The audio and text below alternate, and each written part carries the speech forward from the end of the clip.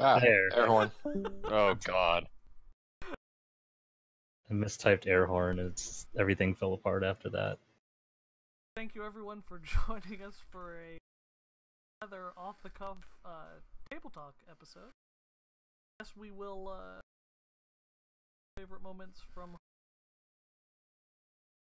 that far back, and what our plans are for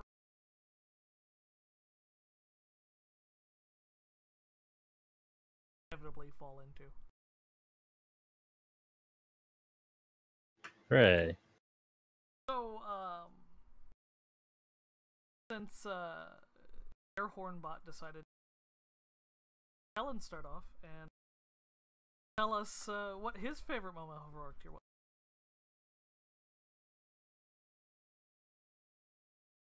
Probably mutes itself. No, you did that right as I got up to stir pasta. Oh, sorry. I figured it'd be fine unannouncing it.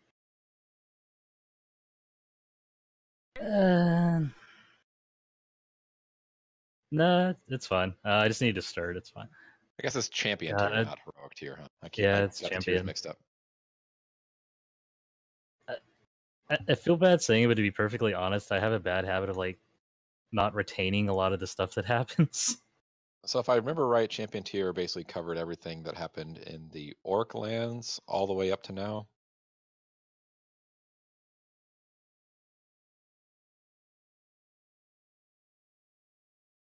Is that really the last time that we sort of discussed?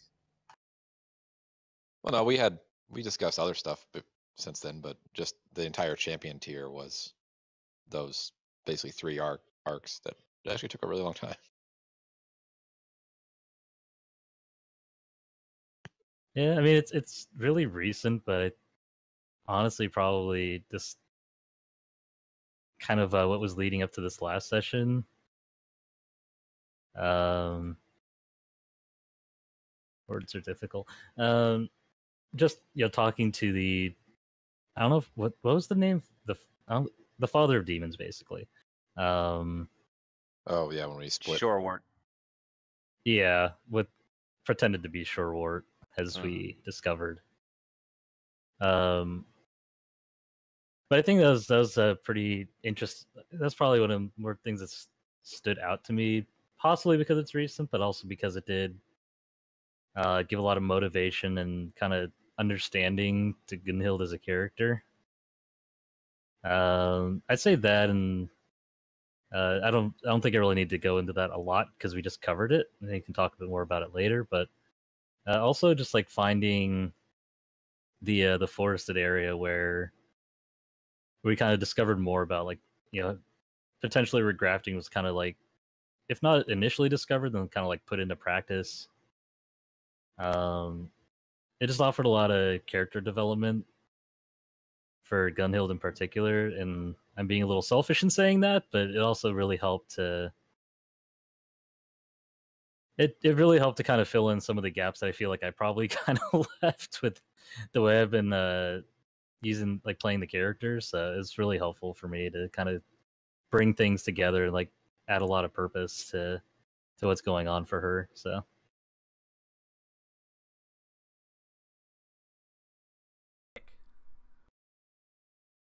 Yes. What as far as where I've been and since the last time, gosh, we did all this. Well, we built somebody, and we had. I guess some of the party's wishes. Yes, and we had a great deal of fun with cake, and I enjoyed that thoroughly, and I think that that is probably our finest moment.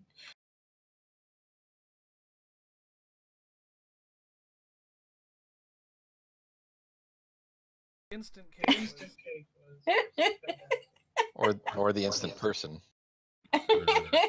not quite instant. Well, you can almost. You didn't literally finish building him as we were standing right there, watching you or trying to watch you. were you weren't here when we started, or were you? Oh, We were that there was when you when the flipped the party switch. split up. That's where Basically, it all Hunhao went was there wrong. the entire time, and then Ferris got back. Well, Hunhao's just a dad. Yeah. He's all right. He's And then all right. As we And were then- talking about and then Mom came home. implications of building a human being or a frog being, you guys just decided to flip the switch while we were distracted temporarily. Mom came home, and we were up to our elbows, and yeah. Dad was laid out on the couch trying to take a nap, and the children had gotten into trouble while he was The passed house out. was a mess. It's your Yeah. fault. We got quiet. You knew something was up. Yeah, I should have. I don't know how you built a frog person quietly, though. That's just impressive. I'm a little It probably concerned wasn't about all that being quiet. team mom, apparently. Akbi engineering, my friend. The thing we should really question about is it was a skeleton book about human. Yes. Either really good at following instructions or really bad. I'm not sure which. I think Dan basically said you guys had enough parts to make either like a really like half completed but full sized person or one small person. And then somehow it became Frogman. Okay, Yeah. Frogman was 100% because, okay, Dan had been talking to me about how he had frog people in his side session that he does in real life, and that he was sad that he never could introduce a frog person into our reality, as it were, as an NPC. So it was off the cuff, sort of, well, let's just make him a frog. And I'm So it was fan service, or in And this yes, case, yeah, Dan service. I kind of thought that both Dan and Jay would be thrilled with the prospect of having a robotic frog person as an ancient warrior reborn. Hey, we've actually got the premise for a very good anime here. Oh no, wait, it might be Chrono Trigger. Yeah, I was gonna say. I mean, that's really just what we're building up to. I mean, Archer did some serious damage to Florentine last. Yeah. Yes, I was very impressed with our frog son.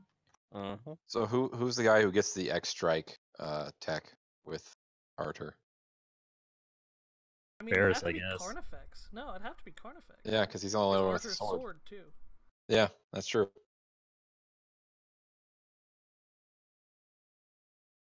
No, for me, those were kind of the highlights. Obviously, destroying the Mage City was quite impressive. Certainly, trying to manufacture a way for all of us to swim underwater, that was very good.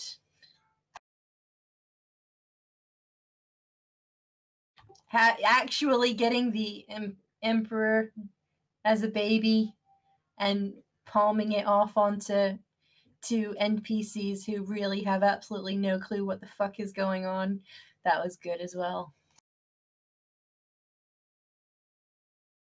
Those are all the things that are right up my alley. Yeah, it's gonna be fun telling Delilah that that's the. Oh god, Yeah. both of It'd be them. fun telling Gregory that's the Emperor. Gregory's just that'll be amazing. I mean, the threats are like gone. Like, it was just worried about Florentine getting her hands on the Emperor. And I mean, I didn't think Boss Baby did that well, but I guess it was enough to get Emperor Baby out of it, so. Well, we still have to worry about Lockhart. That's. I guess that's true. for a That's later discussion. That's my bad. That is Ferris's bad. Suddenly Okay, trusting the man in spite of all the mounting evidence that the crusade is corrupt. Yeah, stupid question. Lockhart is a guy, isn't he? He is Yeah. a human. Yeah. He's a southern fried gentleman. Not a simple hyper chicken. Yeah, that's what I was about to say. A simple country hyper chicken. The impression I was got. gonna ask if he was an Orkbee. That would have been super awkward. Apparently, Jay is coming through quiet on the stream. Oh, okay. It's kind of odd. So you sound good to Alright. me. Hold on, Yeah, I you can do fix you- sound that. good to me. Are you the one streaming, Jay? Because maybe Yes, I that's am. why. Yeah. Hey, is that any better? Should be probably your audio's lower. Levels and such. I turned up my level. Hope fix. Fortunately, because the stream delay, I won't know immediately. It's gonna be a little while. Anyway, so let's continue, and I guess I'll stay quiet for a little bit. Silence. Locus. Now we've just completely fucked it up. Stream's dead. Start over. Yep. Start from the very beginning. Back to level 1. No. I'm just terrified turning my I just levels now up got and cool blow spells. everybody's ears out. I just now got rogue attack. You didn't even hear not level one. strike. I'm just I'm just remembering just turning up in front of the party. Well, you came through a hole. And yeah, Ferris actually literally Did just. you not toss me through it?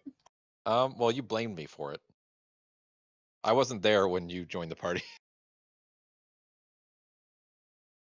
No. Yeah, we had a scenario where Green Blades just disappeared, and then Akwi popped out. And Lissy appeared. And you claimed that Ferris either like shoved you through a door. Actually, yeah, you claimed that Ferris did that. So I guess in theory I did it, but I was unaware. It was before you could defend yourself.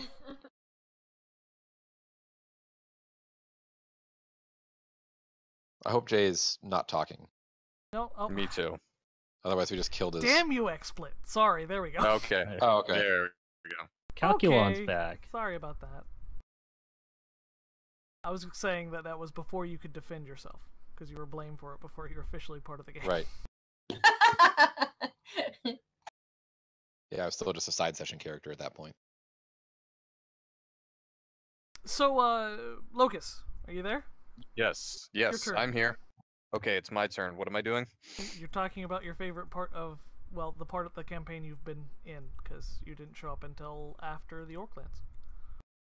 It's true. I showed up in I showed up at the start of the Grand Nadastrum arc. We were still in Guildhome, was that it? Yes. Yeah, that was it. So honestly, probably my favorite part was, I don't know. I like the friendship that has been building between Ferris and Hunhow. I really like the chemistry between those two. I'm sure Nick is thinking Shut- that's the best kind of Yeah, game. yeah. Nick wants to change her answer about the favorite part of the campaign too. Yeah, Nick already has like the pen out and like just ready to Yeah. write things in the notebook. That picture's already been drawn, okay? You guys, There has been- it's already you drawn guys on don't there, even Hunhow. know. Yeah, I know there's at least literally a ship. Yeah, there is literally the ship. I was given a gift. God damn it. But I don't know. In general, I've just enjoyed interacting with Hunhow, learning more about the world, because he came in and I didn't want to do like the sort of Tarzan kind of cliche where he's an idiot. I wanted him to be smart. You know, he's from a different society, but he's intelligent and smart and well read. But he's still learning. And I really liked just going through learning, you know. I enjoyed in Grand Nadastrum when y'all were introducing him to Water. yeah, teaching him how to swim. Just Introducing it's him been to fun. water. The very concept of water itself. Yeah, yeah, Wood Elves never seen water before. Just, you know, just subsisted on really poorly fermented fruit juice that just got them drunk and high as shit. Just like every other race. Just like So every for other us, race. please, We're not that different after all. We all just want to get high on Wood Elf moonshine.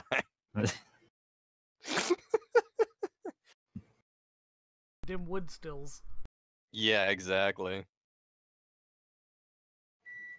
I like Hunhow as a character just because he kind of provides that Oh, I'm blanking on the guy's name. It's gonna come to me. You're basically Ernie Hudson in Ghostbusters. Like you're the everyman Yeah. who's learning about this world. Yeah, yes. That's actually a really good analogy. Winston, that's his name. Hun Hao Like- has never said if there's a steady paycheck in it, I'll believe anything you Right. want. Well, I mean, There is a saved continent at the end of it, possibly. yeah. And If since we there's didn't dead- fuck up, there's a saved world tree. If there's dead demons in it, he'll believe whatever you tell him. I'm actually not going to say that. That's dangerous with what we've been learning about the Crusaders. Yeah. That's a really dangerous thought. Yeah, Carnifex is gonna have an interesting decision here soon. I kind of wish Yeah. Dollard was here, but obviously can't be. But Because I mean, what do we even? I'm getting a little shit. I'll say no. I'm going to say that for later because that's going to start a long discussion and it's off topic to what we're kind of currently working on. Okay, then I think that's probably a good time to hand it over to Tyler. I mean, I'm biased. Granted, Ostrom is basically Ferris's arc, where he ironed out a lot of family issues, and I feel like I was kind of treading water with Ferris for a long time. Like when I first created him, it was completely just decided, hey, let's have Fizz Finnegan, the most annoying Finnegan, have two brothers that are less annoying. And then I came into the campaign thinking Ferris was just gonna like rip on Fizz at every single opportunity. And I think Dan probably did a good job of making Fizz less annoying and more of a, he just tries so hard sort of thing, as opposed to he's such a try hard, I think were Dan's words. And it kind of was nice to have Ferris kind of take on that older brother role that he probably, nagged out on when he was younger. And then finally confronting his father and dealing with those issues. And he's very much more of a wizard now than he was a rogue at the beginning, which is interesting because that's not how I thought he would go at all. That's not really, I've never played a wizard before. So becoming a wizard and then basically being the guy on wizards because of 13th Age's collaborative roleplay is a weird new experience that was actually really enjoyable.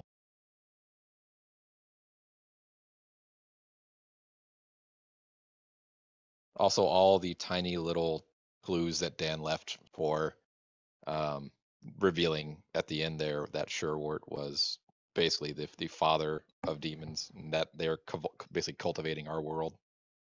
That was kind of neat to piece together, and just kind of like I didn't know it until Ferris found out in that room. So it's kind of cool to have that revelation. Cool and terrifying. Mm-hmm. Then I mooned him and slapped my ass. Yes. That was hilarious. It's also a great revelation. I did. I'm sorry. I was on my meds were really kicking my butt that day. I'm not saying Malkesh wouldn't have done that. I just. Yeah. It's still a weird day.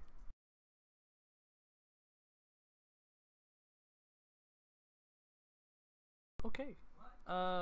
So I guess I'm the only one left, huh? And then there was Jay. Okay. So I have to say, honestly, I think my favorite part, and it goes back a long way, but I was pretty quiet in the Oracle. Because I guess I was trying to make Malkesh be maybe a little more brooding and quiet and upset by the things going on. So, yeah, he didn't do a whole lot in the Orclands except kill the people that he felt responsible for that. But I think We were very concerned about Malkesh in the Orclands because of Mr. Tibbs. Yes. Well, then Mr. Tibbs turned out to be like the best ally the party had. Right. For a long, long time. But at the time. Even a character is familiar at one point. Yeah. But you're right. Yeah.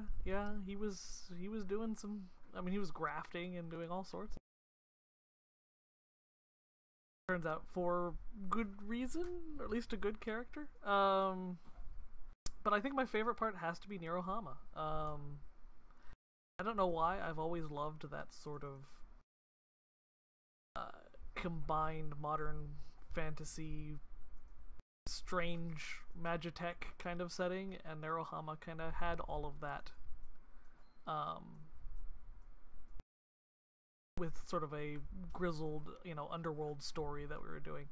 And not just because Instant Cake, though Instant Cake is, I think, Also one of our a blue finest cake combats. that said you were very sorry. So many puns were born of that moment. Sorry we got you into this moral quandary in the unflavored cake.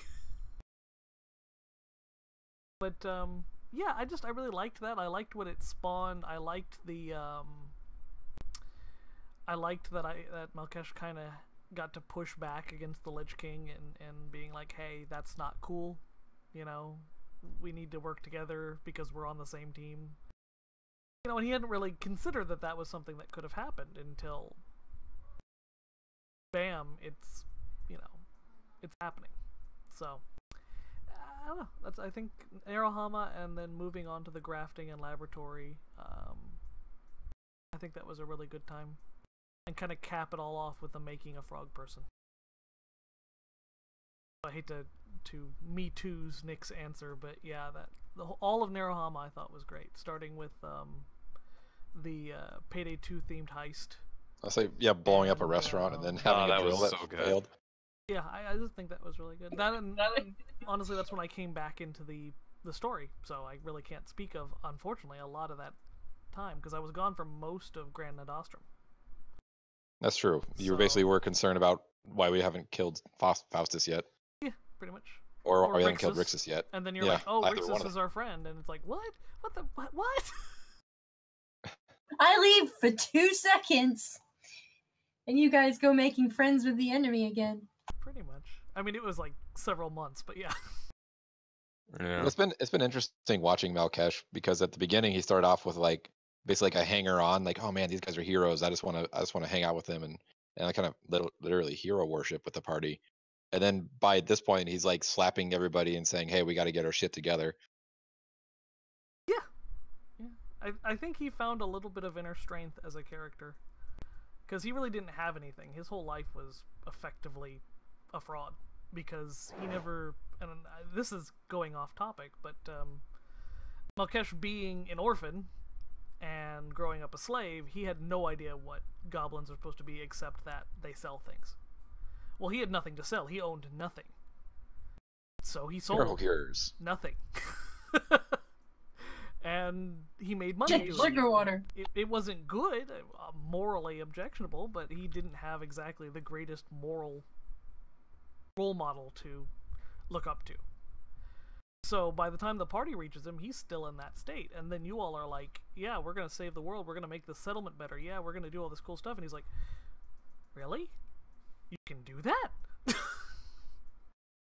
And yeah, and I guess he's kind of followed that. And now that he has the ability to actually, do things other than just cheap parlor tricks, he's trying to use that power that he's got responsibly, and that means, not just letting people do stupid things or hurt people, even if maybe he does hurt people a lot.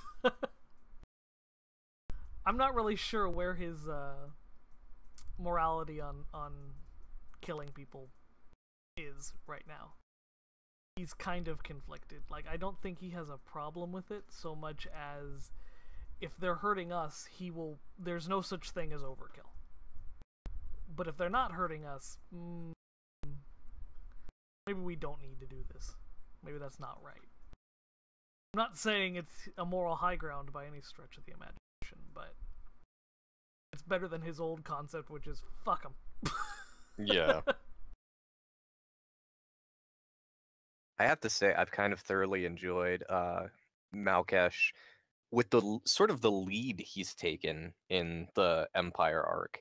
He's actually been the voice that several times when we're sitting there arguing amongst each other, he's the one that says, guys, shut up and let's figure this out. Instead of, just letting us go back and forth. He's been the one that brought us together. Sort of the glue to our party in those situations. And it's been really nice. It's really cool to see the character do that. That's He really did have bad. He did have a little moment, though, He has Yeah. lots of little where moments. that nearly fell completely to pieces. I'm curious, which moment specifically? Taking out the forest. Ah, yes. Not a great moment. Yeah, he No. wasn't particularly happy with how that went either. That's what happens when you kind of open yourself up to that power and does what it wants.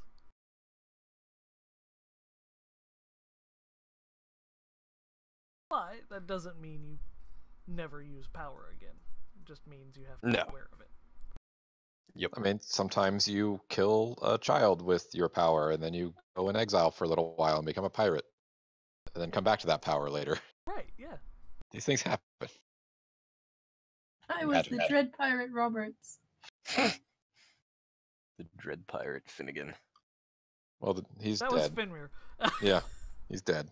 Rest in Mm. peace. Are we gonna have to fight him in like the final act? Or See, something see, like actually, that? no, I seriously thought he was gonna show up in Grand Adostrum at some point as like a minion of Faustus. Maybe. Oh, that would have been heartbreaking. Yeah, yeah, it would. I mean, I would have tried to find the time to do that. Guys, I'm in the middle of a moving truck. Just wait, hold on. But no, I don't know. I think I like the idea that for whatever reason somehow Lissy's ship is keeping him from being entirely corrupted. It is somewhat of a disturbing prospect, though. It's Yeah, it's a little very, bit. Well, Lissy's ships in general are kind of a disturbing prospect if you really think about it. but there might be a kick in the nuts moment, and when we're actually going into the breach, that Ferris might have to make the decision to have to either like leave his brother behind or put him out of his misery or something like that to keep on with the mission. Well, see, I thought that was an option to like in the last fight. The reason why I was actually sort of not siding with Florentine, but actually like sort of maybe seeing if there was a different path. Like we still have the connection between this, as it were, and there through one of the ships.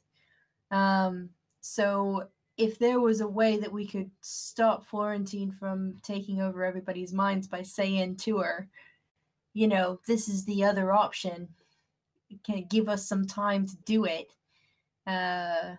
then possibly things needn't have ended up the way that they ended up. I think at that point, though, it wasn't a matter of, if, like, when Florentine's going to do it. It's, she's going to do it eventually, and it's probably going to be while we're in the breach. Yeah, I did. And since time passes differently in the Red World, we'd come back out to a potentially dystopian wasteland. Yeah. Or apparently, according to the flip of the coin, it could have been a utopia. But Well, that depends. Would they have been able to pull off the true bloodless coup kind of control? And I don't think Right. they could have. No.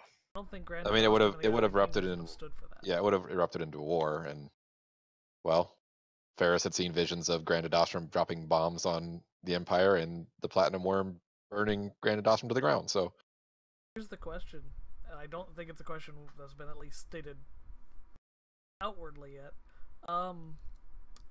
What the hell do we do with Orlando? Because Yeah, he now I has mean- no power structure behind him, and he's unstable. Mm. Oh shit, I hadn't even thought of that. That's a really good question. I guess it depends on how unstable he is now. Like, has he looked into those memories at all, or does he just found the plans? 'Cause I think didn't Lissy only give him the plans? She didn't give him the other one Lissy that was only going. gave him the plans because we discussed that him knowing exactly what he did might lead to further instability. Gonna be pretty unstable when he has no backing within the Empire anymore. Or if he takes over the Empire. Depends on whether or not Well, he has an we extra still have the backing. Emperor. Yeah. But the Emperor is a baby. People could just Yeah. see, like, that's not the Emperor. How do we prove that's the Emperor? So we go reactor out with into the platinum. wilderness and raise him for the next 18 years. But the Her problem is, for the if next we 18 years. we need to figure out what to do with Erasmus, because if we decide Erasmus needs to be executed, that's a problem. That's Because- gonna be Because the power is tied to a living dragon, I've seen this anime. He turns into a person. It'll be fine. which means the Emperor doesn't have any power. Oh. That's not fine. And also, we need to figure out what the hell we're going to do with Lockhart, because now, with the leader of the Imperial Library down, the Crusaders are kind of the dominant military faction in the Empire. Well, they were kind of wiped out by Sherwart, so I think it actually might be the Imperial military, like that Lagoon is a part of. I thought But she they was all- Crusaders. No, I think the Imperial Army's like the Crusader is like a branch of the Imperial Army, Okay. but although he might be the highest ranking member, I don't really know. So, what about Celestine too? Yeah. Because Celestine, Both of them. at least has been heavily implied, has the other eye. Yeah. Oh, shit. Indra, I think we can trust. In fact, if anything, if we're gonna build up a new empire, I say we put Indra and the Emperor together, and have Indra the protector of That's- the Emperor, because she's a moral high ground. I mean, that's the best output, is that there is a strong backbone to the empire. Have Indra lead, Celestine can be her one good eye. Do you think if we actually get rid of the dragon that it'll be sort of reincarnated in the baby emperor? No, the baby's That- already that does born. not- Yeah.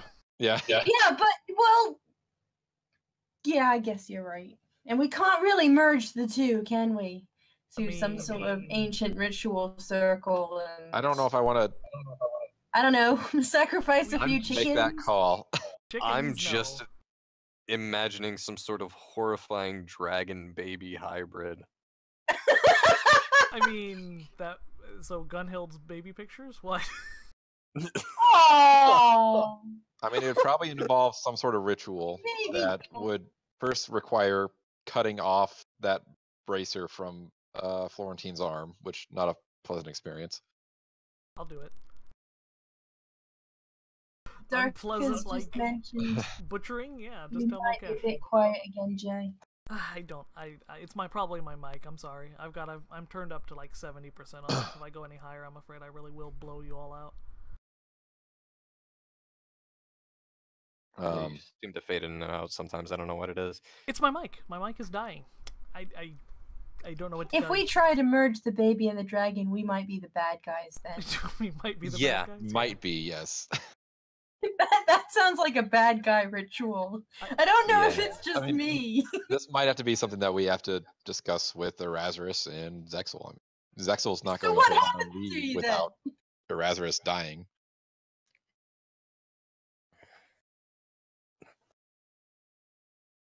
God, I just. Ugh. You don't want to concerned about unleash what- Erasmus because he's unstable. He's been tortured for several years.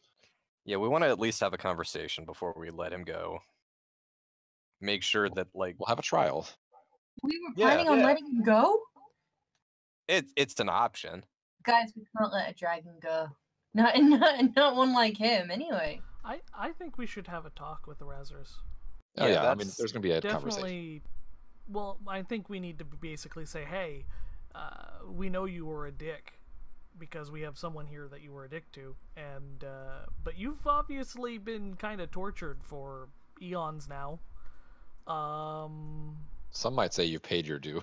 Yeah, so I'm Actually, basically well- saying here's a chance at a new start. But are you willing to try to be good, or are you just gonna be an asshole, and that's gonna determine whether we execute Well, or not? what if we gave him the option of the Lich?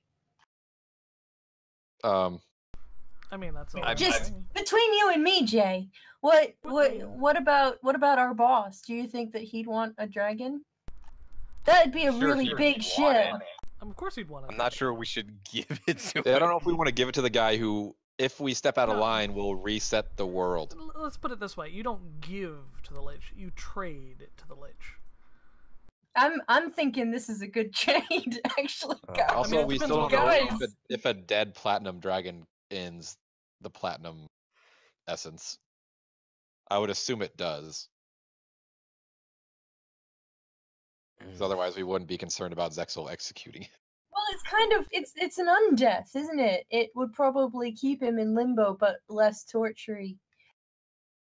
That sounds Is it- really tortury. Yeah, It's a good option. Well, I mean, Ask Mr. Mountkesh Tibbs. seems all right. it's a good option to the people with positive Lich King die. I mean, Yeah. Here's the thing about the Lich, and maybe it's because Dan's playing him, but relatively easy to negotiate with. Obviously, He's very has much a bigger businessman in this plans. setting, but I also don't know what his plans are, and also for an undying eternal wizard, that's concerning. Of course it is. It should be. But he's also extremely powerful, and we do have bigger problems. This is a hell of a bargaining This chip. is less of the enemy of my enemy is my friend, and more of that guy that we're kind of in a moral quandary with is maybe on the same side as us. That's kind of what we went through with Florentine too, though. Right, but I'll be honest with you, I never trusted Florentine to begin with because she started out trying to kill us. The Lich King has not been trying to kill us. Yet. Well, He could pretty easily. I mean, he threatened Lissy's fiance at one point. No. Okay. Lissy's fiance might have deserved that. my Arlando friend. stole the technology for those airships from the Lich, effectively. The And Lich Lissy King gave it was back. pissed. He wasn't pleased. No, he wasn't. He wasn't pleased at all. So it was And- less. It was less the Lich King was just trying to kill Orlando. In fact, not once has anyone really tried to kill Orlando because Lissy went and made the deal. That basically said, "I'll work for you, don't kill him." But the Lich King was proper pissed. Oh, he was not happy. No. And now Malkesh comes along and basically says, "I'll take on what you had Lissy do because I believe in what your plan is. I believe in what you're doing." Because Malkesh is less of a employee and more of a true believer. And that is a problem overall. Certainly, I don't think any way you can look at it, it's not at least a moral quandary. But it is most assuredly something that's going to come back and bite everyone in the butt at some point. Because that's just how role-playing games go. Well, speaking of the Lich King, we might have to consider icon relationships and shaking those up once we get into epic tier here. Well, Malkesh taking Lissy's responsibility certainly changes a lot of things. But Lissy hasn't figured it out yet. Right? I No. think Lissy still thinks that Yeah. she's beholden. Yes. Despite the fact that Malkesh pretty much told her. Well, Lissy, if you have realized, she's not exactly the most observant of. Well, it's not. It's a case of selective observation, Right. okay?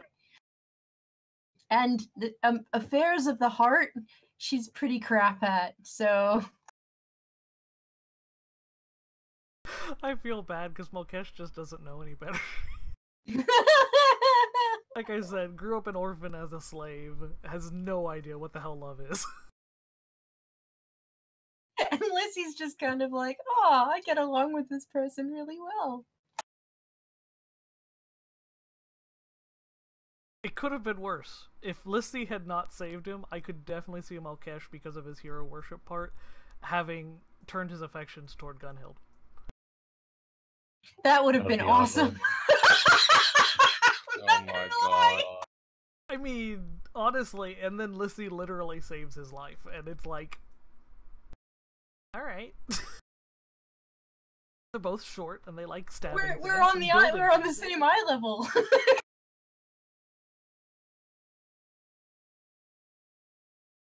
So yeah, I mean, it could have been very different. That said, it probably would have been much better off if he had gone for Gunhild, because Gunhild would have just Yeah, been like, hey, yeah. no. And Malkesh would have been like, oh, okay. Creates more drama this way. Triangles are always really complicated. Yeah, Orlando doesn't help that whole thing. And the fact that the Lich King basically says, yeah, either help him, stop him from doing those airships, or make sure that he succeeds. Well, there's no Empire, so there's kind of only one thing we can do. I suppose we could help him actually make all the ships. But for what? I mean, okay. I can see us helping him do it if it would be as a grand alliance. And that's about it. He wouldn't really like us still getting along with Rixus. Yeah. I'm not sure what we would do about that. But we'd have to either sit them down or something. Because the options are either redeem Orlando to put him towards a greater role, or Malkesh really is going to have to take his soul. And without his memories, he may not be willing to do that.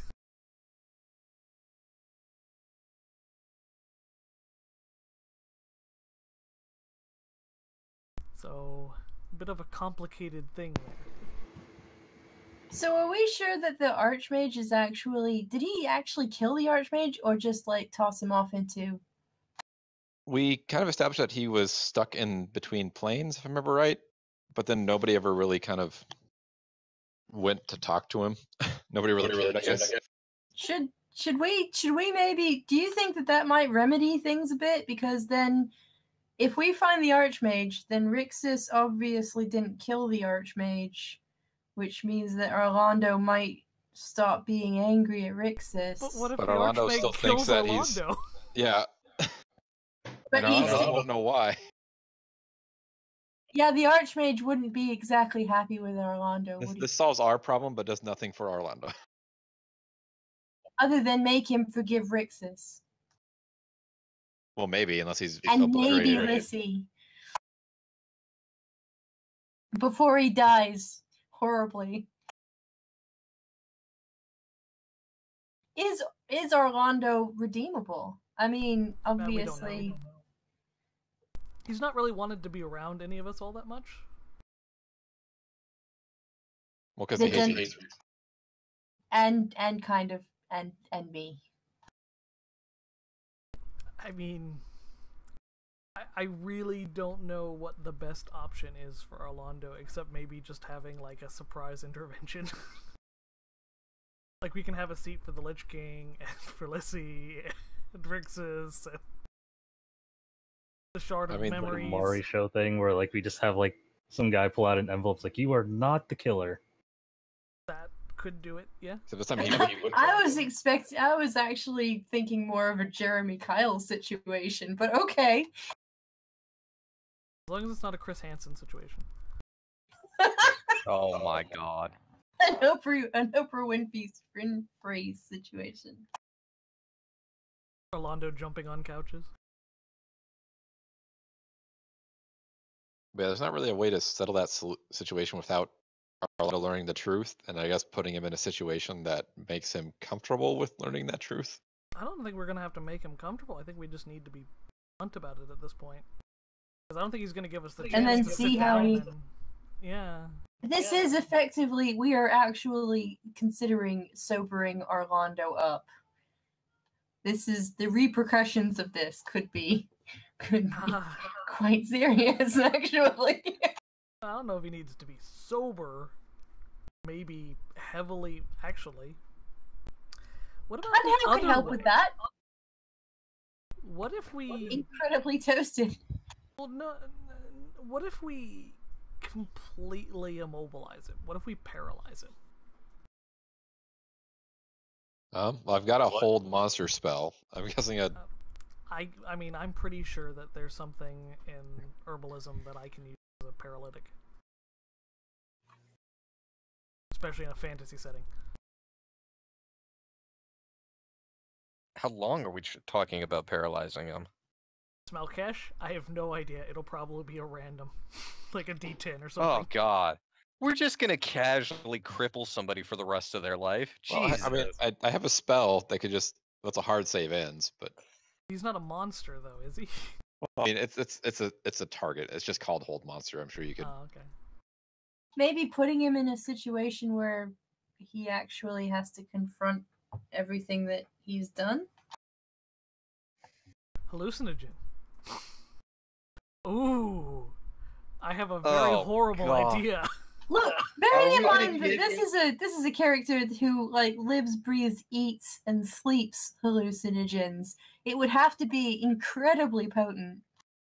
Cocaine is a hell of a drug. I got a +9 on herbal checks. Oh dear Fantasy cocaine is a hell of a drug, I guess. I mean, We'll have to double check and see what his stamina is from Dan. If he's anything like Lissy, then tank birds. Does anyone have any, like, mental manipulation abilities? Hello. Hi. So, Hun, how You exists. two. if we could put him in a hallucinogenic state, perhaps we can actively control what he visualizes. So Or we're at least talking inspire about it. we're talking about giving I'm talking about gonna give him MJ an 12ing him, yeah. we're gonna give the Akbi peyote and then take him on a vision quest. Yes, that's what I'm actually... Akvi Vision Quest. I Hey, am you know what else I Well, have? now that you guys have, I was thinking It's that like we were adding going space down in the front of evil things route in again, sci-fi. but now you guys saying it's a vision quest suddenly makes it a lot less evil. You know what else I have? I have a spell called Overcome Resistance. Oh So God, we're gonna this is the get rid of greatest idea. his natural immunity to drugs and then drug him to hell and then literally force him to walk through his issues. But we also need to make sure it's not a bad trip. Like We gotta be a ain't pleasant killed experience. I just want to know how you're going to present this plan to Hun Hao, because he's not going to be the one to offer it to you guys. He's not going to be like, oh, hey, guys, let's trip an Akbi out and just give him the fucking best controlled trip of his life. You're going to have to phrase this to Elf Dad in a way that's going to make him agree to it. It's not a bad idea. Not a character. I fucking love it. But... oh, my God. I'm just saying, it is an option. It would be the safest way because he would be incapable of just attacking us outright. He would be forced to confront the issues that are bothering him, and it would be within his mind, so of any knowledge associated with it, he'd know is true to himself. He can't be And we're also just like incepting him with this, basically. Effectively, yeah. Listen, it's that or kill him. I mean, Dan's probably watching this and just rubbing his hands together, like, yes, go into the mind of an Akbi. well, See that's what the I thing. can We conjure up don't. there. We are just gonna drug him and provide subtle pushes. Oh my God. I like that. I like what Tyler said. We're going to go into the mind of an Akbi. Isn't there a movie about this? I'm just pleased as Relatively punch about speaking. this whole thing. I mean, we don't have a whole lot of options otherwise. I mean, if we just talk to him on the street, it's going to turn into a battle, and I'm pretty sure he's tougher than the last time you all fought him. So are we gonna have to try and kidnap him? I mean, he's not like actively hunting us or anything like that. He just walked into the room with Gunhild and I. I mean, at some point he will probably come to us. Because we're going to have to sort things out in the Empire here before we roll He out. doesn't like us, but I don't see any reason he wouldn't talk to one of us. He's not actively I hostile. thought he actually did like Malkesh. Last I heard, I mean, he doesn't see Malkesh as connected with any of this. Like, he has not seen Malkesh since the settlement. Not once. So I guess if Malkesh came out of nowhere and talked to him, but then I also have to deal with the internal thoughts where Malkesh has to really fight that urge just to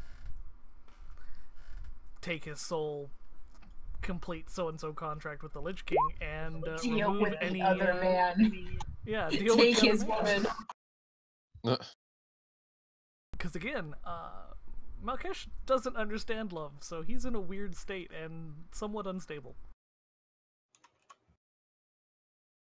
So Malkesh and Hunhao enter the mind of a seriously mentally disturbed Of RP. little Who's- bird-sized Hunter S. Thompson. Yeah, bird-sized Hunter S. Thompson, right as the acid's taking hold on the edge of the desert. I want to we're see gonna have this. to go through guys. that country. This has to be an episode in and of its own right because it just deserves. It honestly, I honestly do think that this deserves its own arc. It's a very special episode of Voices in the Wilderness. Like, I thought that we missed out when we didn't go to the dragon cemetery, but we can't miss out on something like this. So the weird thing about the Dragon Cemetery, the place, is Seminary, the Dragon Seminary, where they go to church. Yeah, Cool. Do they I fucked go up to learn to words. be dragon priests? I think the other part of that was supposed to be is like we might have found Gunhild's mother there, but we didn't go that way, so it just didn't happen. I think we still might go We there. still 'Cause we need to had. go into the sky Yeah, to talk to the elves. so it'll probably still happen. I think it's just a choice of like which direction do we go in first. Right. Kind of like the Ockby city as well. Yeah, I'm sad we didn't go to the Ockby City. Yeah. Oh, at, shit. at the time, it made sense to not go to the Ockby City, though. Yeah. I don't even remember that one. We basically had that choice after Guildholm Oh wow, that's a while ago. to either take the sea or take the long route and around to the Ockby City.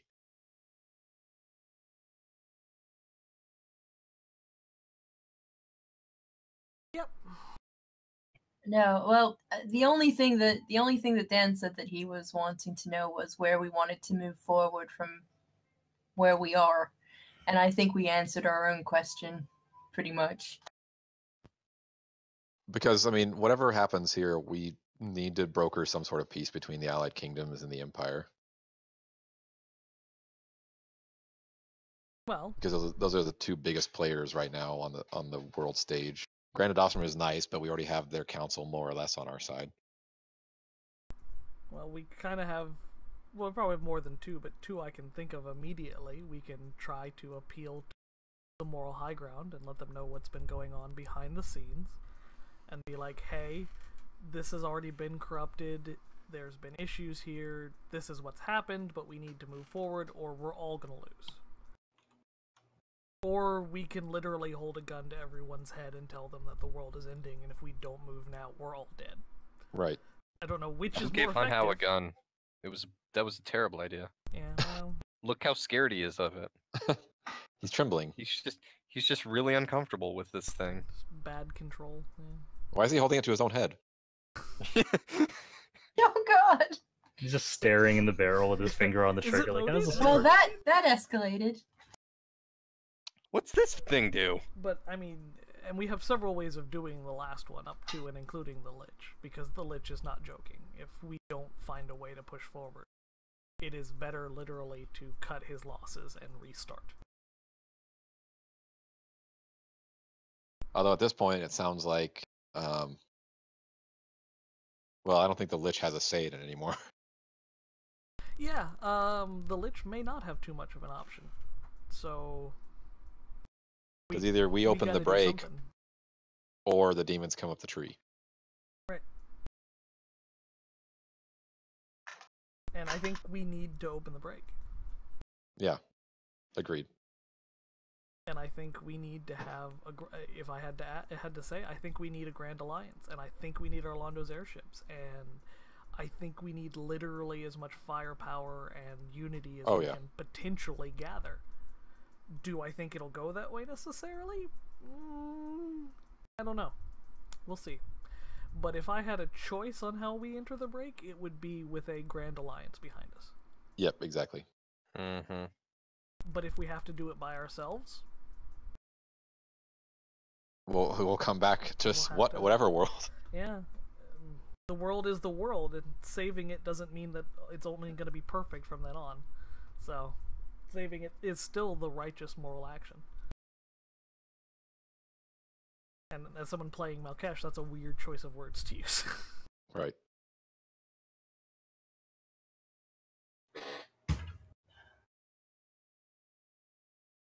So we have about a little less than an hour left now. I guess plans for leveling up then.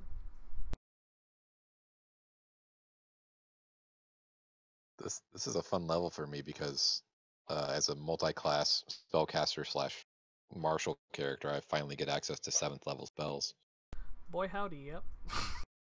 Yeah, it's going to be an exciting level for me too, because at this level, a spell I had previously overlooked that's 7th level, and I don't know why I overlooked it, because it's amazing, and I am wondering what was going through my damn mind when I didn't pick this up. I can, what's it called? Shoot, I closed the tab. But basically, I get a spell where one of you guys uses a daily, and then I say, okay, free recharge, you can use that again.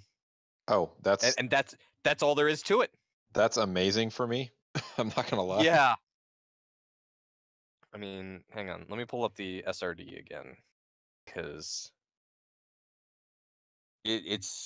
I was looking at it and I was like, I can't believe I didn't get this last level. It's so good.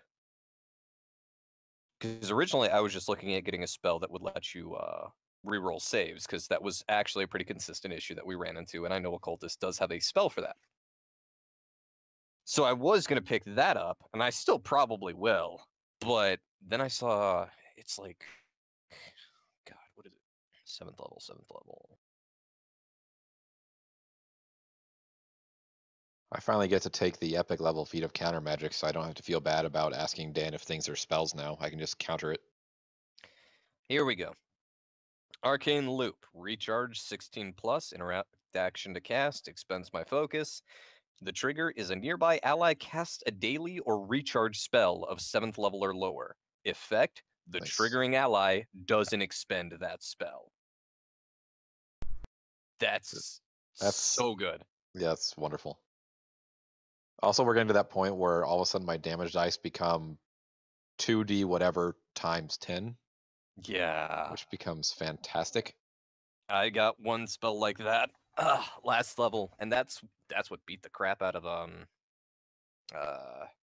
Florentine so bad, because I did 100 something raw damage, and then 25 ongoing damage, and that just chunked her.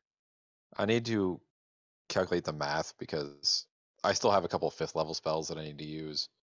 But I need to see if, like, using, like, say, Thunderclap in place of Fireball, because Thunderclap does 2d8 times 10, whereas the Fireball does 12d10. So I got to figure out, which one's theoretically better on average. Mm-hmm. My skeleton mooks that I ripped free from things now do 16 damage per attack, so Oh man, that's really good, because I can pull a lot of them out now for the damage it does. I also have 27 HP, and have 22, 20, and 16 ACPD MD, which means they're pretty tanky for just literally ripped out of somebody.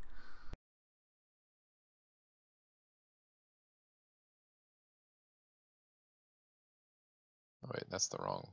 Oh, that's why I gotta use fresh skeletons. Skeletons rattle, throw them out.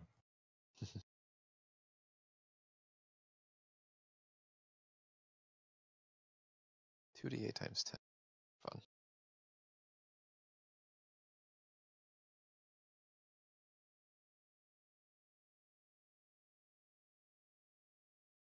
All right, so I guess actually let's go back down through the list. I don't know. Actually, we don't necessarily need to do that. Does anyone have anything they're excited about for this level? I'm excited about getting another talent, but I'm having trouble picking what I want. Because I've got the option of there's basically 4 good options. There's the 2 icon channeler and icon envoy, which would basically get us guaranteed 5s and 6s. At least, basically, icon channelers we get a guaranteed 5, No, Icon Envoys, we get a guaranteed 5. And I can decide who that is. And it can be anybody in the party, and it can be any of their icons, and we just automatically get a 5. Icon Channeler is complicated. Hang on. Trying to remember how this works. Well, I think we can all agree that the 3 times ability multiplier is going to be nice. Yes. Yeah. I'm up to 144 HP now. It's Oh, nuts. I'm at 112. I'm probably 80. I'd have to check. The problem with your 144 HP is your poor recoveries are just gonna get Yeah. just expended so quickly. Yeah, they really are. Oh. Yeah, I'm curious what like Carnifex's HP is gonna look like. Oh, A it's lot, probably I gonna be guess. ridiculous. Same for Gunhild. I'll finally get some rogue powers that I haven't updated since like 3rd level. Oh man. Because most of the powers I got at 5th level were momentum powers, and I just never really got momentum. And at the time, it always seemed like it was better to use the one that reduced my damage by half than anything else.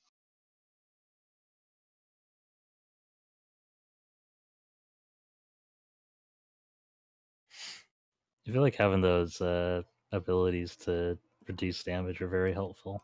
Yeah. Yeah. I actually think because we can do a little bit of respecking on a level up, right? Yeah, Dan's cool within with that? reason, I think. Okay. Because I am actually thinking I may take the 2 feats that I put into Diversion of Pain. Because I don't use it that much. It's a very useful spell when you first look at it, but the kicker is that it has to be a legal target. Which means if it's a melee attack, you only get to choose to redirect it to somebody that's engaged with melee with them. Plus, it's on a recharge, so it's not as good a spell as I thought it was going to be. So I think I might actually take the feats out of that and put them into something else, something that I'll use a lot more. But I'll have to talk to Dan about that. One nice potential thing is that if I take the epic feat for Death Knell, I can now increase the escalation by 1 instead of healing someone. That's huge. Yeah, we're starting to get up in that we're starting to get into abilities that can manipulate escalation die, because next level I actually get one of those. Oh, I get haste, which will be fun. I think Yeah. the Fun for you fighter guys. class is anything like that, but fighters are less Malkash will, in manipulation. theory, be able to gather power and cast in the same round. That would be. Gunhild will be able to hit things a lot. I know we were discussing. God, I'm sorry, my day has been kind of fucked up here. We were discussing cleric as like what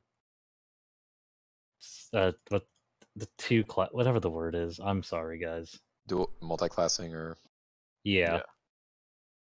We were discussing that because I know before that I was like commander, but there's like, nah, commander doesn't really work that well for this. And I personally, I'm just really bad at like I can barely even track like the skills I have now. So like trying to track skills across like other people's turns would be really terrible, and it wouldn't benefit anybody. I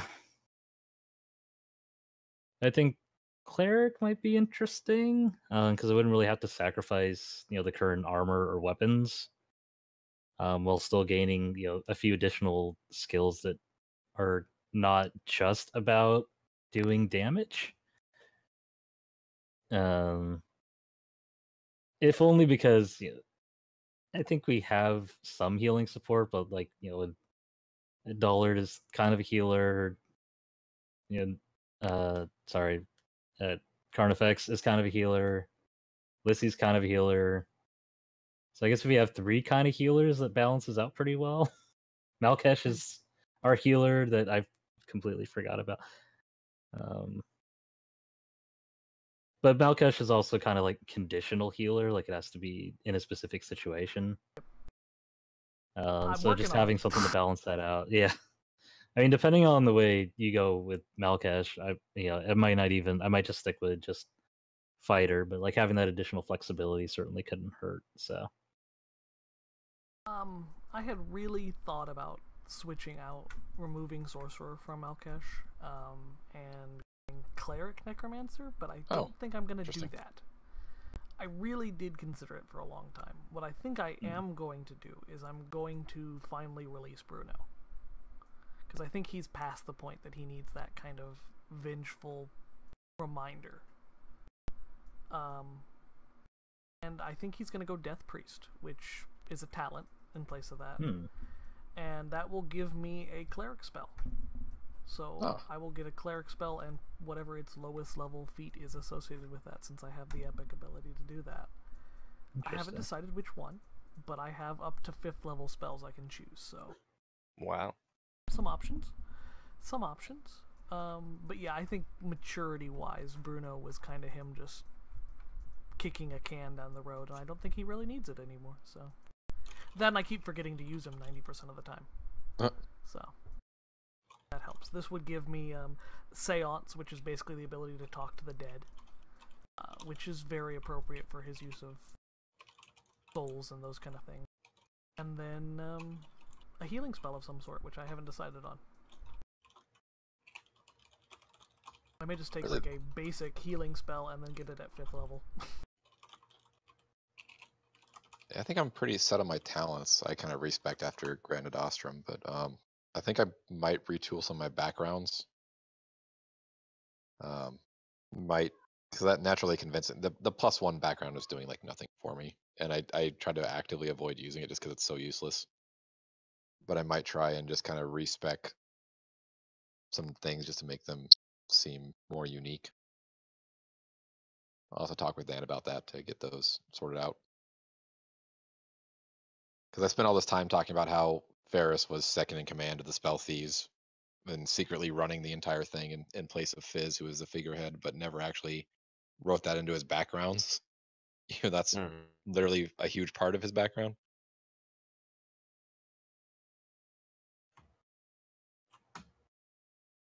That's what happens in these, you create a character concept and then everything changes throughout the course of a campaign. Yeah. This is true. It's a lot of what happened with Gunhild. So yeah, we learned a lot about Gunhild this session, this arc.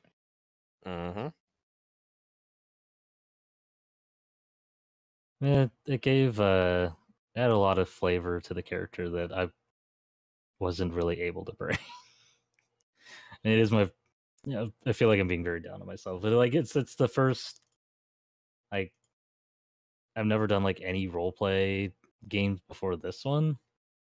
So it did feel like it helped kind of flesh out the concept and character, and it just brought more to like bringing the character into the overall story as opposed to just like kind of existing and not having a lot of input or feeling as part of the world as she ended up being. So it worked out really well. I feel like the biggest thing when you first get into this sort of thing is like when you first create the character, it's just numbers on a character sheet. And then you have a background that you kind of wrote out maybe if you're really into it, but you really don't know the character until you get in there and play it for a few sessions. Yeah. And then you get halfway into the campaign, you're like, well, what I wrote out doesn't make any sense anymore, and that's a perfect time, I think, to reevaluate and retool.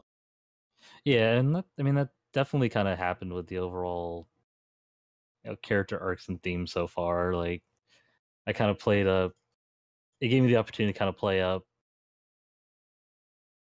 I guess like the initial concept and design just really came from.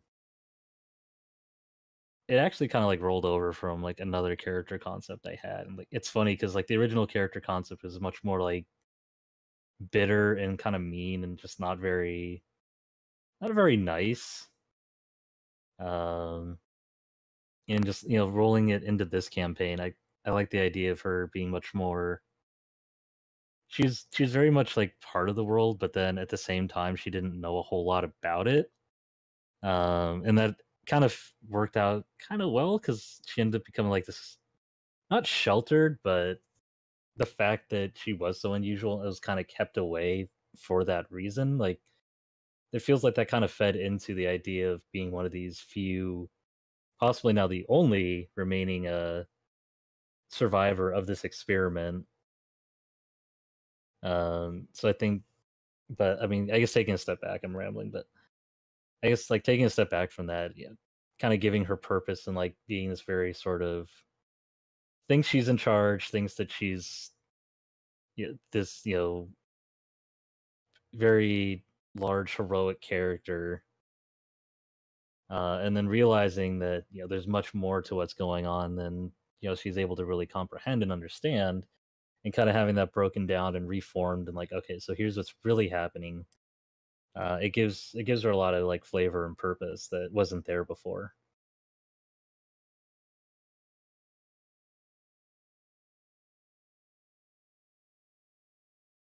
I've stopped rambling now. No, it's good.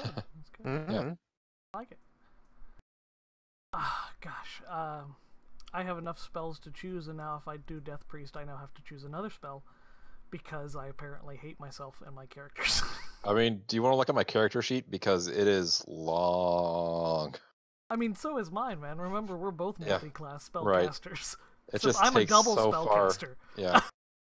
It just takes so far to get through all these spells and trying to make sure that I do my best to try and pick my spells for the day, but it's just a mess. Yeah. And then like when I level up, I don't have it organized. I wish there was a way to like drag and reorganize things after you created them, because it goes like rogue, racial power, spell, rogue, spell, rogue, spell. Like it's a nightmare to organizationally. Well, I think I have a specific question because I get to choose one cleric spell that's 5th level or below. So my question is, do you think it would be better to give a nearby ally a single recovery that gets them double the usual number of hit points, or to give fifth level or lower? 5th level or lower for a cleric. Okay. Or give 3 nearby creatures, potentially including myself, use not a free recovery, but can use a recovery basically as a included action of this spell. At 5th level, it could also be far away allies, and I could make it a close quarter spell. Now that's mighty healing, which is useful. Don't think I don't feel that way, but what's your charisma like? My charisma's good. 3. That's right, you're a sorcerer. Duh. Yeah. On top of that, though, anything that says wisdom for cleric is replaced with intelligence according to Death Priest. So I can use my thing for that, but it doesn't change charisma. The other thing is bless, which is the very first level spell for clerics, but it's really good, especially as a 5th level spell, because for power, just casting it on one person, they get a +2 attack bonus until the end of that battle. But at 5th level, they would also get 2d10 temporary hit points till the end of battle, on top of that +2. Or for sorry, no, not 2d10, 4d10 temporary hit points. 2d10 per point of the attack bonus. And then for broad effect, I choose up to 3 nearby creatures, and they get a +1 attack bonus till the end of battle, plus 2d10 temporary hit points. Yeah. It's a quick action to cast on top of that, so I could do that and other things. I do like quick action spells. They're very nice. Bless is neat. I think that would be really handy in those events where Lissy is doing a different song that isn't sea shanty. Mighty healing is nice because we don't like a lot of our heals are situational that require somebody to roll something or you to kill somebody. You also have that Sphere of Radiance spell I saw as a 5th level, but that's more as a heal and an attack, and it only targets one person. Right, which is not bad. Cure Wounds is also good. You or a nearby ally can use a free recovery, but because it's 5th level, you can roll a save against each save ends effect instantly, And your That's nice. spell is now recharged 16 plus after battle instead of daily, and it's still a quick action to cast. Man, clerics have nice abilities. That's why I was considering. I was wondering, does the party have enough healing? And if it didn't, then I was considering going cleric necromancer, and it would have been. I know I thought about rolling a cleric if we ever did a side session. Fun fact, Hunhao was originally going to be a cleric. That's kind of what I honed in on when I was first working with the character concept. And then Dan was like, And no. then, well, Dan was like, all right, but you're going to have to multi-class if you want to hit stuff in melee. I'm like, okay, well, how hard is that? And he's like, look at Occultist. And I was like, oh, never mind, Occultist works. Yeah, so I mean, you know, there's options. I just have to actually choose one. Right. I mean, that's yeah.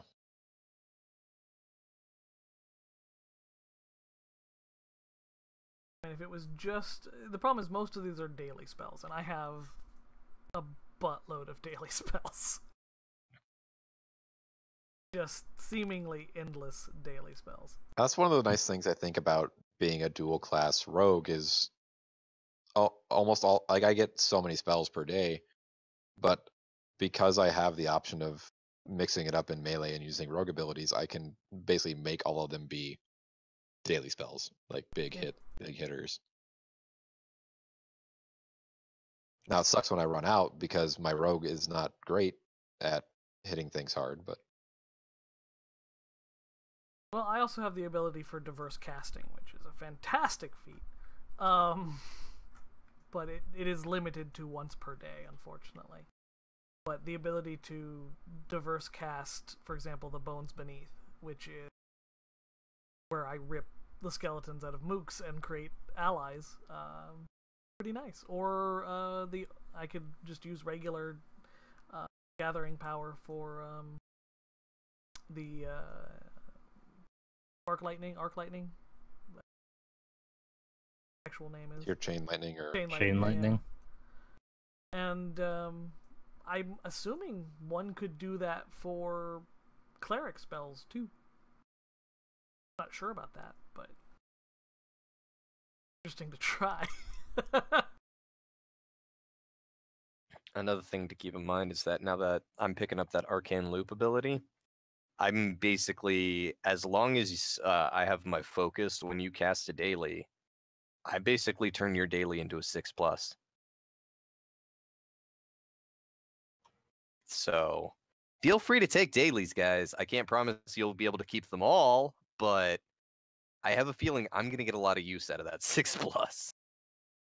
It's a much higher chance, it's for sure, of keeping them. Mm-hmm. Did I forget to get? Okay, no, yeah. Thought I missed a champion tier feat at some point. I was looking at my feat list, but no, there's only 3 of them.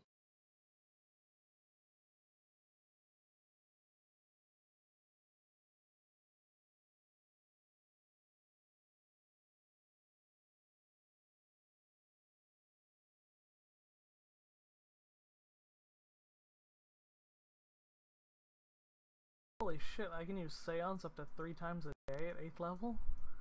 Wow. So I guess Malkesh is just gonna start talking to spirits all the time now. What's interesting is they have to be a spirit of the dead that's related to a random icon other than the Lich King. How about your Malkeshes within you? What sort of icons are they associated with? I mean, none of them are dead, though. Interesting. Well, relatively speaking. Well, they're all spirits. They all, quote-unquote, died of some sort. So I missed the part where they're spirits. Yeah, well, that makes sense, yes. One of the other more powerful Malkeshes apparently started pulling all the dying Malkeshes in. Now Malkesh is kind of playing for all the Malkeshes. Yeah, especially now that Sherwart knows.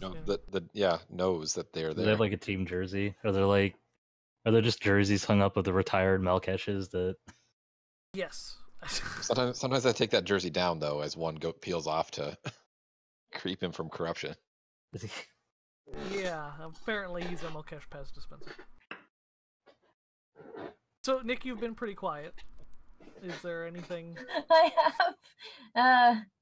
as usual when it comes to discussing new abilities and things along those lines. I'm not entirely sure what I'm going to be doing or how I'm going to be advancing Lissy. At the moment, it seems like the best thing. I mean, she's a tank, so it seems that I've got the two sort of spells that I use.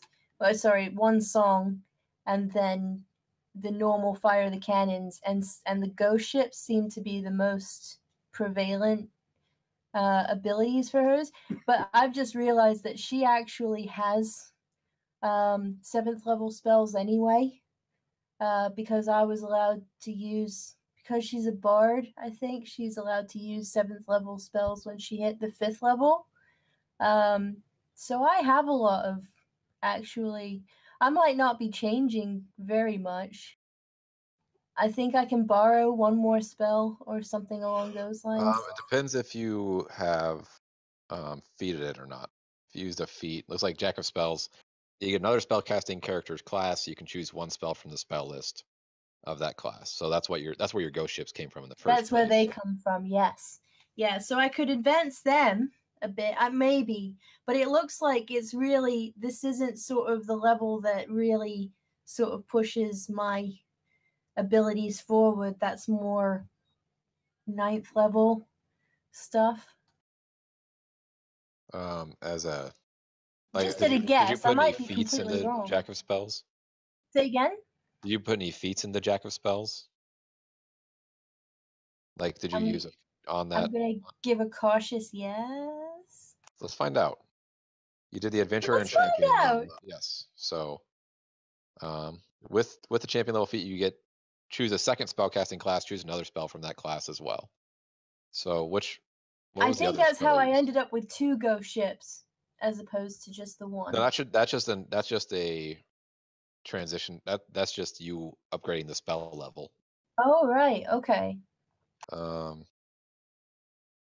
So you might have taken the feat, but never actually. No, you took Wild Heal. I did take Wild You Heal. took that from a druid. Yep. Okay, so that makes sense. I think So just at the that's time other that I took that, we were struggling for healing. Have you ever cast that spell? No, because I took it, and then we didn't struggle for healing anymore because all our healers came back. So I mean, yeah, you would either keep Wild Heal or just find a new spell.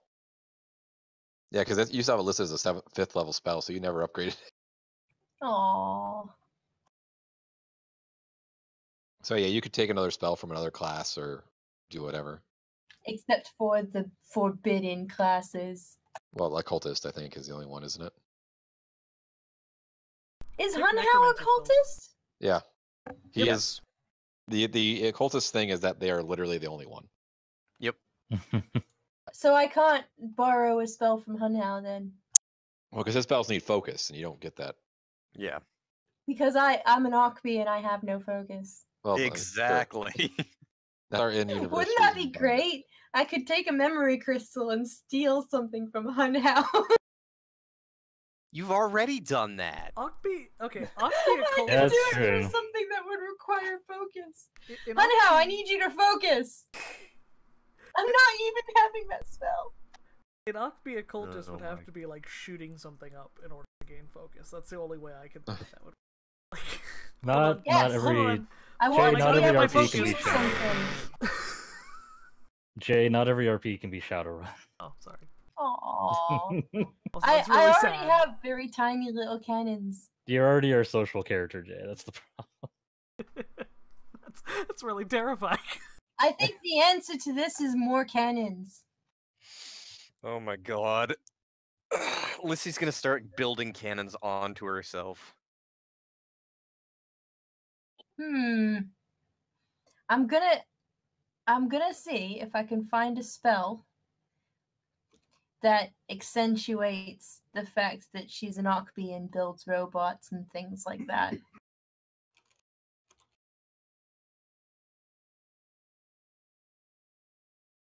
Unless it is a forbidden spell. I don't know how many forbidden spells there are. Yeah, I've not heard too many forbidden spells. Well, if I've got free reign, I'm just gonna have to have a look, aren't I? Can you take talents too, or just spells? Nope, just spells. Sad. It specifically says Can't like teach you her can get death talents.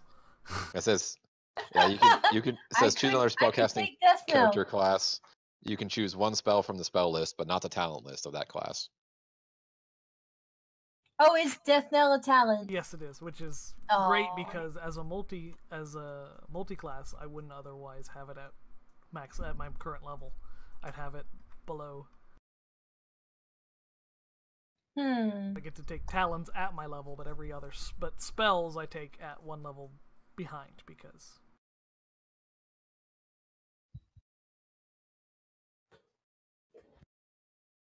Can you guys think of anything interesting? I'm open to suggestions. There are some good ones. Does it have to? What level does it have to be? Does it have to be behind, or does it have to be? No, 7. Okay, ghost form, necromancer. Until the end of the battle, the target gains flight and resist damage 16+ against all damage except force damage. Jesus. Flying tank bird. Well, Listy really can fly now. Oh my god. Is that in True Ways or in? That's Yeah, in True it'll be in Ways, True yeah. Ways, Page 91.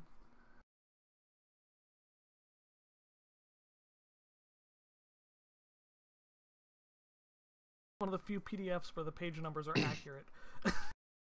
Yeah. What are we looking up? Sorry, I dipped out for a second. Ghost form, necromancer. 7th level spell. It would make Lissy truly a tank bird. She would get flight flight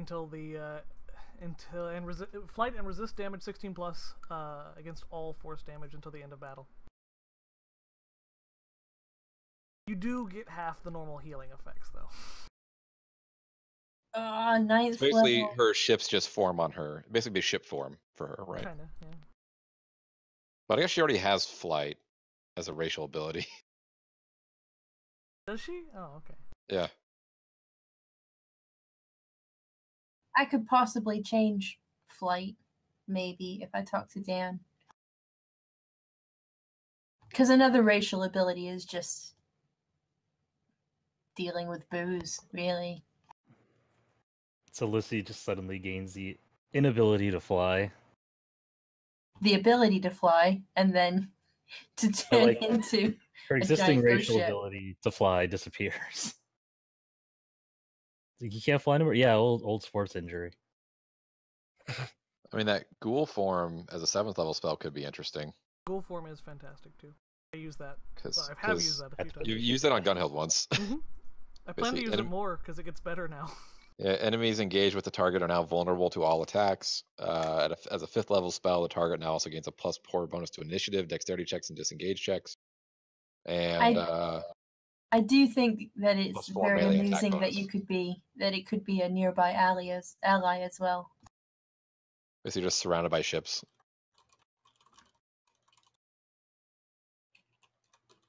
This could be the closest thing I could come to like forming a giant ship.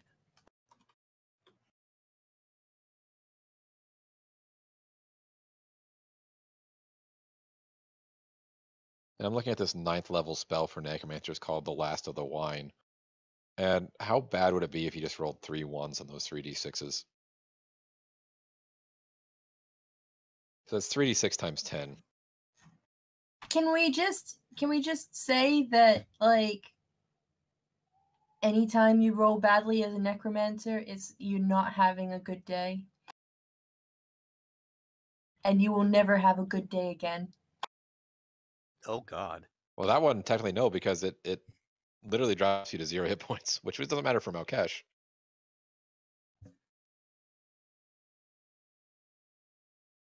Death is only the beginning, though, Tyler. Well, you guys keep saying that. I mean, Malkesh is doing okay. I don't know what we're talking about, but I'm sorry, I was looking at the 9th level Last of the Wine spell. Ah. Oh, wait, are we on Where it's- 9th level or 8th level? We're on 8th level, but I was just looking ahead. Uh, I was just seeing what's out there once. Well, I guess not until I hit max level, but I wouldn't get that spell anyway. yeah, 9th level is when So- I get the ability to increase the escalation die. So basically, I just steal most of Florentine's spells from this point forward. Like, I get haste now, where she had the overdrive. 9th level, I get Meteor Swarm, where I can start raining down my own meteors. So wow. I also get a spell called Disintegrate, which is going to be fun.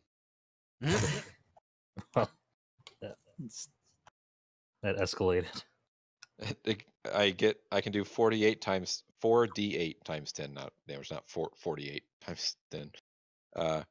In addition, if the target drops to 0 hit points from the attack, they're just dusted. There's nothing left.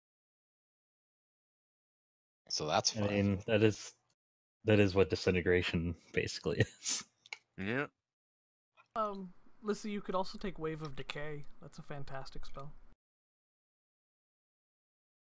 I have looked at Wave of Decay, and you are not wrong. I've used it more than I should have as a daily spell. Because it's a free action, lots of damage that escalates every time. I'm really looking forward to Meteor Swarm, though. That's gonna be a fun one. I won't get it for 2 more levels, but it'll be fun. Transfer Enchantment's gonna be a good one because we get a lot of ongoing effects from enemies that I can now just center back to them. What are you guys picking for your epic feats? Your first epic feat, I should say. I'm not sure yet. I haven't thought that far ahead. Me either. Originally, when I first was sort of planning out my feats, I was going to take the Diversion of Pain epic feat because it gives you a resistant 18 plus to the diverted damage. But since I'm kind of not sold on Diversion of Pain right now, I don't know. I'm still thinking about taking the feats out of that. So, I don't know. I'm looking into other options right now.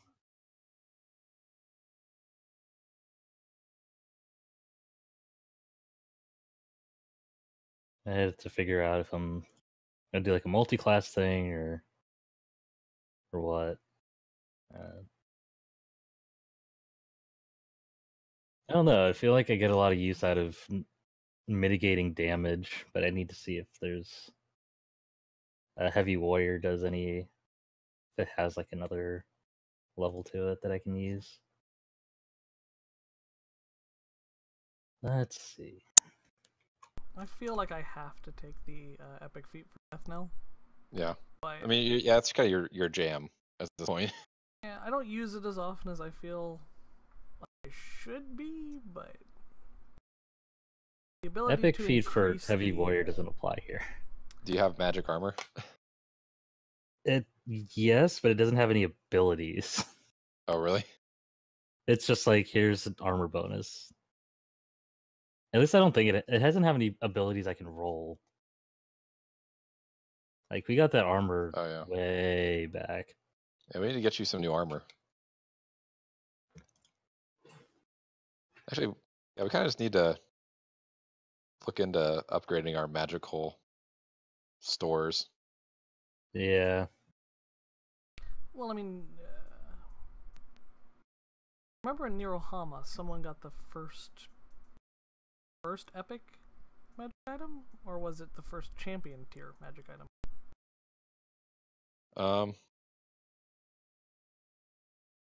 No, because I've had a couple of champion tier magic items. I don't think anybody's gotten an epic item. I know we have a couple of artifacts in the group.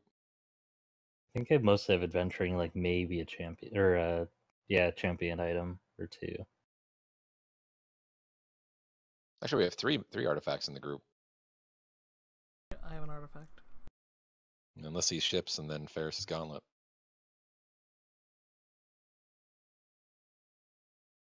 I've need to got make more epic potions. gloves.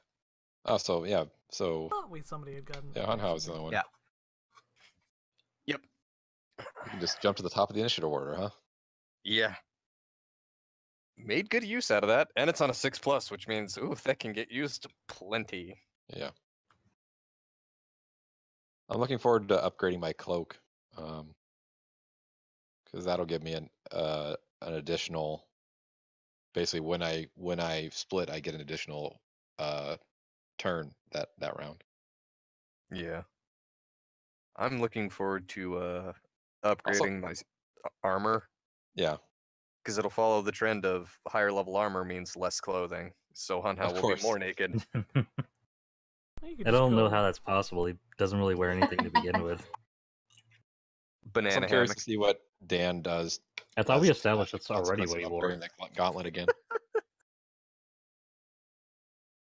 You could just go the way of Malkesh and just scarify yourself to get armor. Right. Oh god. Undead living armor, basically. That literally keeps him from dying. Well, not dying. There's been 2 or 3 going times down. where you've nearly been rended to pieces, though. Yep. I like it that way. I say mostly by your own doing, but Like it that way. I like it that way. I'm waiting for the time when someone, like, Malkesh's head explodes and I can use the Sword of Dead thing where the first time you die in a level, you make a normal save, and if you pass that normal save, you come back to life with a free recovery. I'm just waiting what for happens if you his don't head to pass explode. that save? What?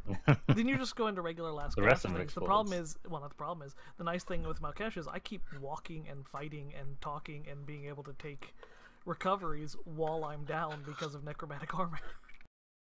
But I'm waiting for someone like blow Malkesh's head up and his head just regenerate and be like, that really stings, Men in Black style.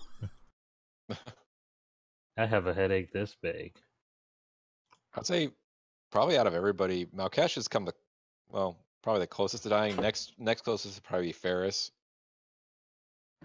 And then Hunhao, I think. See, this was Hunhao was Over the usually course of our trending at adventure, very few hit points for most of the time end of these days. I mean, I'm I eighth said, over the level and course I of our won't even adventure, have Gunhild's been knocked out a few times. I meant like If death. it's- Like Ferris theoretically should yeah. have died in the Orc lands because he went to negative half hit points. But Dan was taking it easy on us then.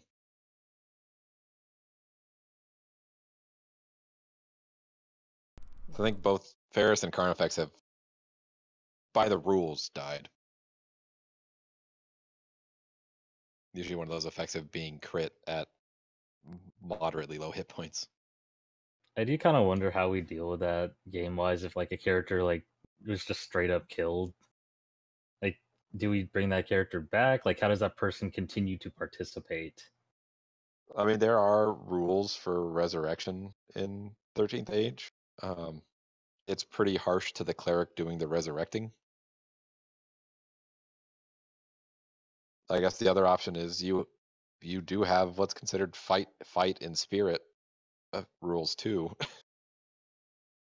So I guess if a character dies in like the final showdown, they can still have an effect. Right. I'm already developing a contingency plan in case Ferris bites it during the final showdown. I'm not concerned. If Malkesh really finally does, I mean, like, ripped to shreds, cannot come back kind of a thing. As long as he was doing what I think was in line with him, I'm okay with that. Also, Yeah, I'm pretty sure that Dan allowed me to become a necromancer simply so that I could survive my willingness to sacrifice Your my suicidal character. tendencies. You already done it once, damn it. Yeah. I've done it multiple times in multiple campaigns, and in I mean, one this campaign campaign. it failed horribly. He's now immortal. It's horrible. Yeah. Yeah, I did that to you. Yep. Wouldn't let my old man die, damn it. Nope. Was that revenge for him murdering Stefan, or No, Stefan went out like a badass. I don't even want revenge Right. like that. That was amazing. No, that was when he came to me with the character concept and he's like, okay, I want this guy to die. I want him to be the brave sacrifice. I was like, okay. And just secretly plotted behind his back to make that impossible. well, you know, these That's- things happen. Poor guy had like one eye, one arm, one leg. Yeah. Like, I set him up to be the really, like, sharp-tongued old guy in the family that hates all the rest of his family members and is just cutting them down, and then when the world ends, he goes and leaps into it, and it didn't work at all. Sorry, for a second you just reminded me of this is gonna sound weird, but Cabin in the Woods, and like they described the guy who's supposed to be the Harbinger. And you just described like the old guy with like a missing body part or something. It's like death awaits you all. And it sounded like that to me. I'm sorry. Well, it was pretty close. It's funny because he turned out to be one of the nicer characters in the game. Yeah. That's just because rich people are all assholes. Yeah, it's really hard to compete when everybody's an asshole. Yeah. I think that's why I kind of leaned into making Gun Hill like the really like a little more upbeat and like with the heroic tendencies, because like a lot of the party was just at the time we had a lot of rogues.